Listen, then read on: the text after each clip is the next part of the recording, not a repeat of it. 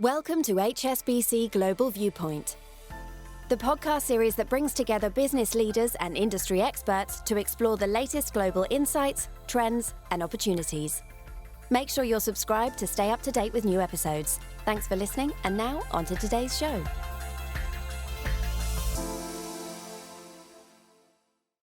This podcast was recorded for publication on Thursday, the 17th of July by HSBC Global Investment Research. Analyst certifications, disclosures, and disclaimers must be viewed on the link attached to your media player.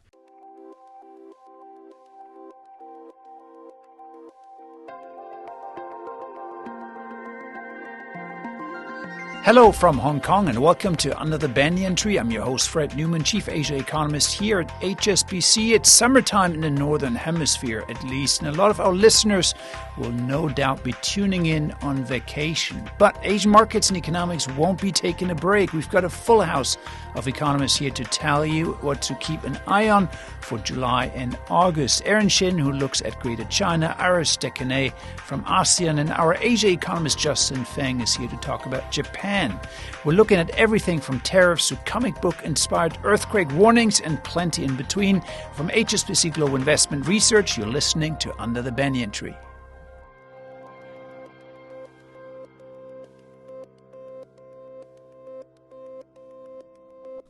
Welcome, Aaron, Justin, and Aris to the Banyan Tree HQ here, our fantastic studios in Hong Kong. And before taking a break for the summer, we really wanted to look at some of the key events that you guys are looking forward to when you sort of think about the economic and political landscape across the region, what kind of events that investors should be looking at. And Aaron, let me start with you because China, obviously, very, very dominant economy. And we have a big meeting coming up, a Politburo meeting at the end of July. Tell us a bit more about this. How important are Politburo meetings in general, and why are investors really focused on this one at the end of July? Thank you, Fred. So that's a great question. Politburos meet every month, which takes together the top leadership of China. The reason why we focus on July is because it's actually an economic-focused one. There's a few economic ones throughout the year, but July is one of them. And that'll give us the kind of outlook on the policymaking and thinking for the second half of this year. The reason why this one is particularly important is because we're actually coming into the end of the 14th five-year plan, and then we'll also be getting the 15th five-year plan. So this is a forward-looking five-year policy setting for the next 2026 to 2030 time period. So that's interesting. So there are really two reasons why this Politburo meeting is important. The first one, as you say, it's really sort of the mid-year take on where the economy is. And actually, the economy has not done too badly. We started out first quarter of this year 5.4%, second quarter maybe around 5%. We don't know yet. The target for this year is 5%, and usually what happens during this meeting is that they adjust policy for the second half of the year just to reach that target. Would that mean that maybe they hold back on stimulus and have to add more stimulus? What's your hunch in terms of what the message will be in terms of what they'll do for the second half of the year? We're thinking it's going to be steady as she goes because, as you say, things have been going pretty well.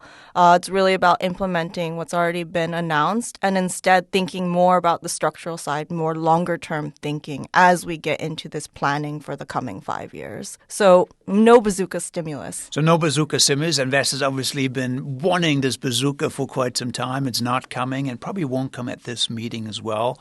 Now, in terms of the five-year plan, that's very, very important. We only get this really every 5 years, of course, by definition. But this is where, in China, the broad structure is being laid for policy for the next few years. What are some of the highlights that you would expect to be emphasized? We hear a lot about consumption boosting. We hear a lot about new technology areas. Is it going to be more of the same, or is there anything new, really, you expect to come forth? Yeah, so just to clarify, the next five-year plan probably won't be announced until we get to the fifth plenum later this year, maybe October, November time. But in terms of the overall structure, I don't think that there's really going to be a big deviation from what we've seen in the past. A lot of emphasis on technology and innovation, supporting people's livelihoods, so also emphasis on things like consumption, expanding consumption, thinking about population demographics, but at the same time also, your ongoing focus on economic growth, ensuring security in various aspects like food security, energy security, things like that. So, of course, a lot of this is domestically driven. It's sort of retooling the domestic economy. But there's also, or maybe this is more important now at a time when there are external challenges on China. And there are two other important events coming up this summer in terms of on the external side. What are these that investors should pencil into the diary? Yeah, so recently it's been announced that U.S. Treasury Secretary Scott Bessent will be planning to meet with his Chinese counterpart. So that would be the Vice Premier He Lifeng. And maybe they would be discussing things outside of just trade. So that would be important in terms of the dynamics for U.S.-China relations. Another key event will be the China-EU summit that's set to be held later this month in Beijing. Now, we have seen that tensions between China and the EU have picked up a little bit. It's reported that this summit has also been cut short a day. We're not exactly sure what we may get out of it, given that there's been a little bit more heightened tensions. There have been some tariffs on EU brandy in retaliation for the tariffs on Chinese EVs and such and so forth. So plenty of news out of China, Politburo meeting, EU-Chinese summit, and of course also a meeting or a visit by Scott Bessent to China. But there's another thing, of course, looming over the region. That's on August 1st, we might get finally those U.S. reciprocal tariffs kick in. There's still going to be a lot of negotiation over the second half of July. But Justin, let me bring you in here. Japan. Japan is facing very high tariffs, probably higher than people thought even a few months ago.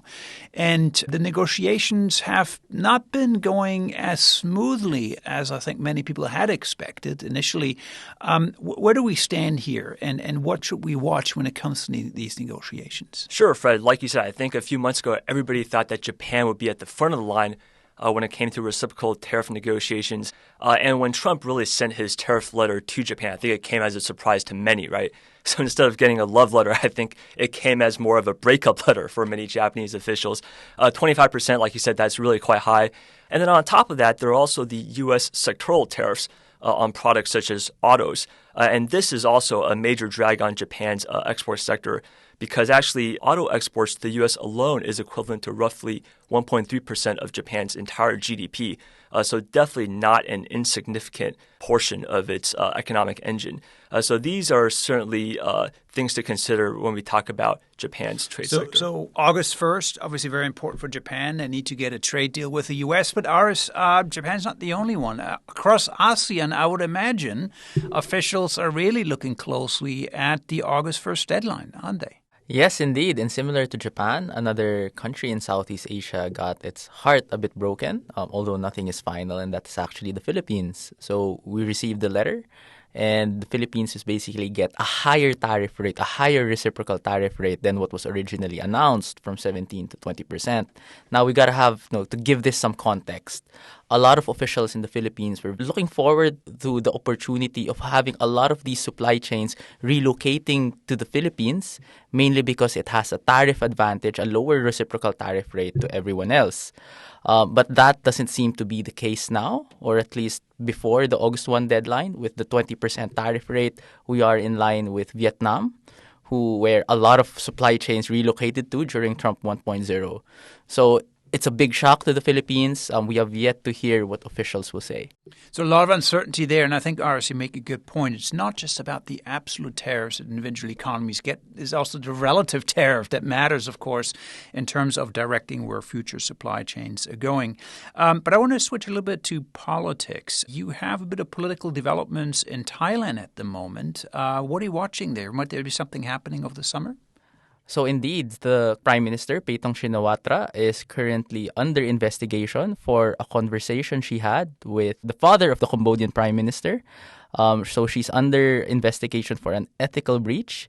If she is found guilty, she will need to step down as prime minister, and that would risk delaying the 2026 fiscal budget and will add another headwind to Thailand's growth story come 2026, on top of the very high reciprocal tariff rates imposed on the region. Another thing that needs to be monitored is how the negotiation gets played out. So with the political uncertainty, people are questioning whether Thailand will have a coherent negotiating response to the U.S. when it comes to reciprocal tariffs. So certainly a lot to watch there in Thailand, and we'll see whether the current government survives in its current form. That's really at stake here. And Justin, Japan also, we have elections coming up. What are they and how important are they? Yes, big upper house elections on July 20th, just around the corner.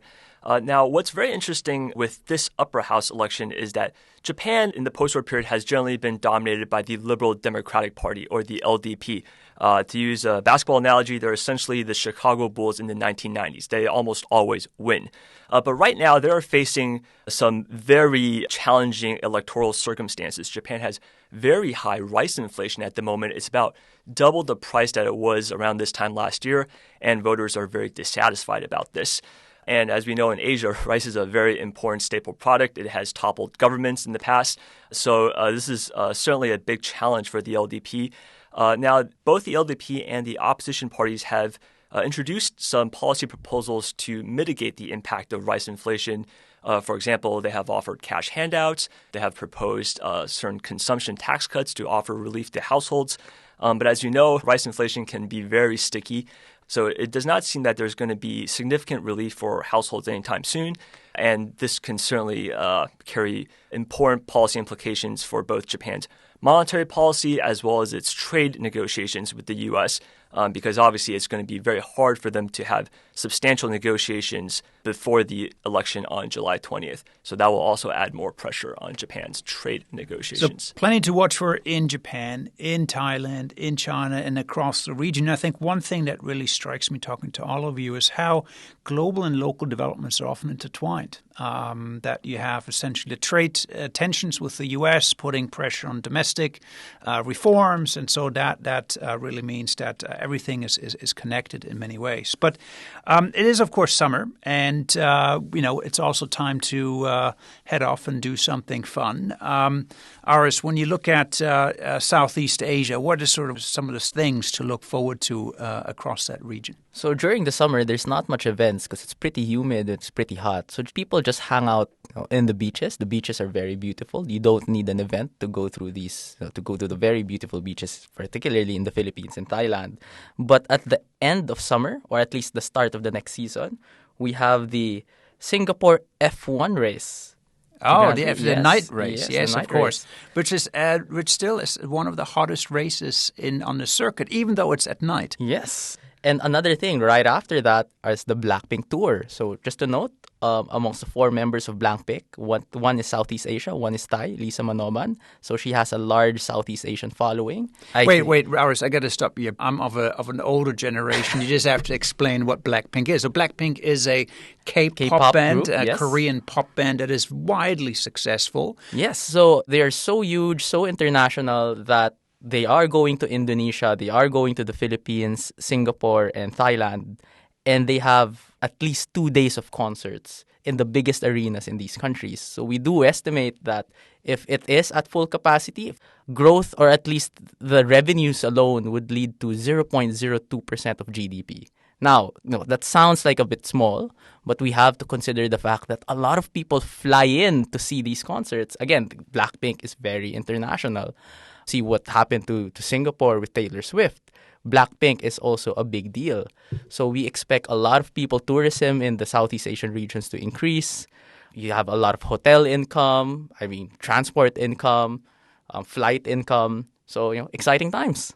So the concert tourism is heating up in Asia. And Justin, Japan on the agenda for travel. It's still one of the top travel destinations in Asia. Maybe not because of the music, but because of the food and the culture. And is there going to be a peak tourism season this summer in Japan? Well, tourism inflows have definitely hit a record high this year, Fed. But actually here in Hong Kong, there has been some skepticism about traveling to Japan this summer, particularly in the month of July. There's a bit of a urban legend about an earthquake that could happen. But I think, hopefully, fingers crossed, nothing happens in July. And I think once that passes, I think we're going to see a lot more colleagues from the research farming. Justin, I gotta stop you there. What do you mean urban legend about an earthquake happening? Is this the official forecast by the Japanese government that there will be an earthquake? No, this is not government approved. This is also not an HSBC forecast, by the way. But no, this actually comes from a manga. Although I have to admit, I am personally not very familiar with this. Well, Aaron, maybe do you want to weigh in here as a manga expert? What's going on here? So there's been this manga artist, which is a comic style in Japan. And basically, she wrote a book many years ago that made a number of predictions. A number of these predictions came out to be true, including the tsunami that occurred in 2011 in Japan. So one of the predictions was that in July 2025, there would be a pretty big earthquake in Japan, and that actually led to a number of flights being kind of curtailed here in Hong Kong because demand slowed. But once we kind of get past this, maybe we'll see more of a pickup, more Hong Kongers going to Japan again.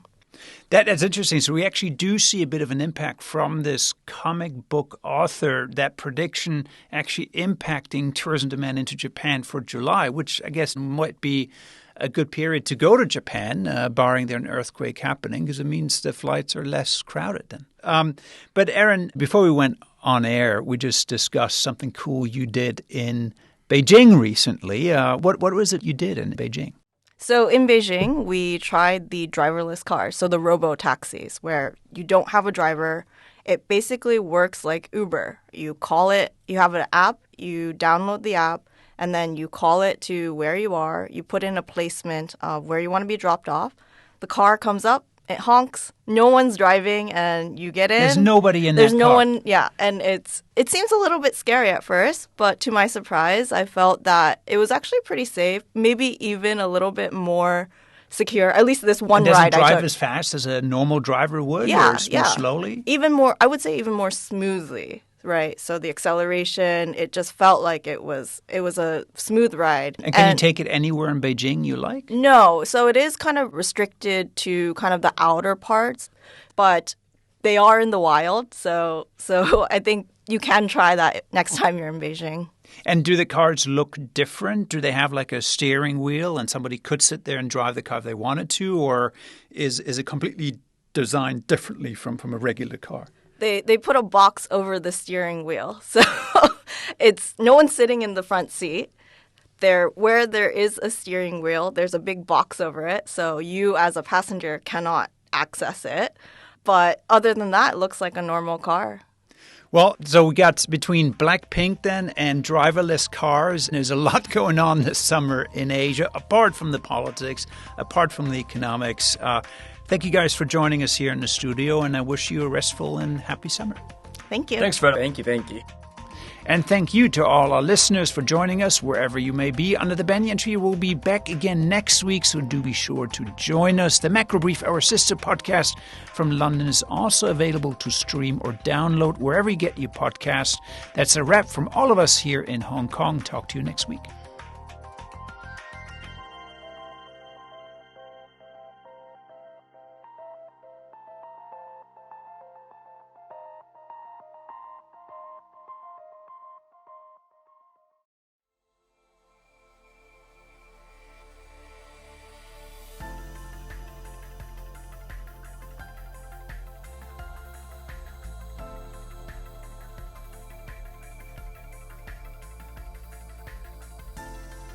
Thank you for joining us at HSBC Global Viewpoint.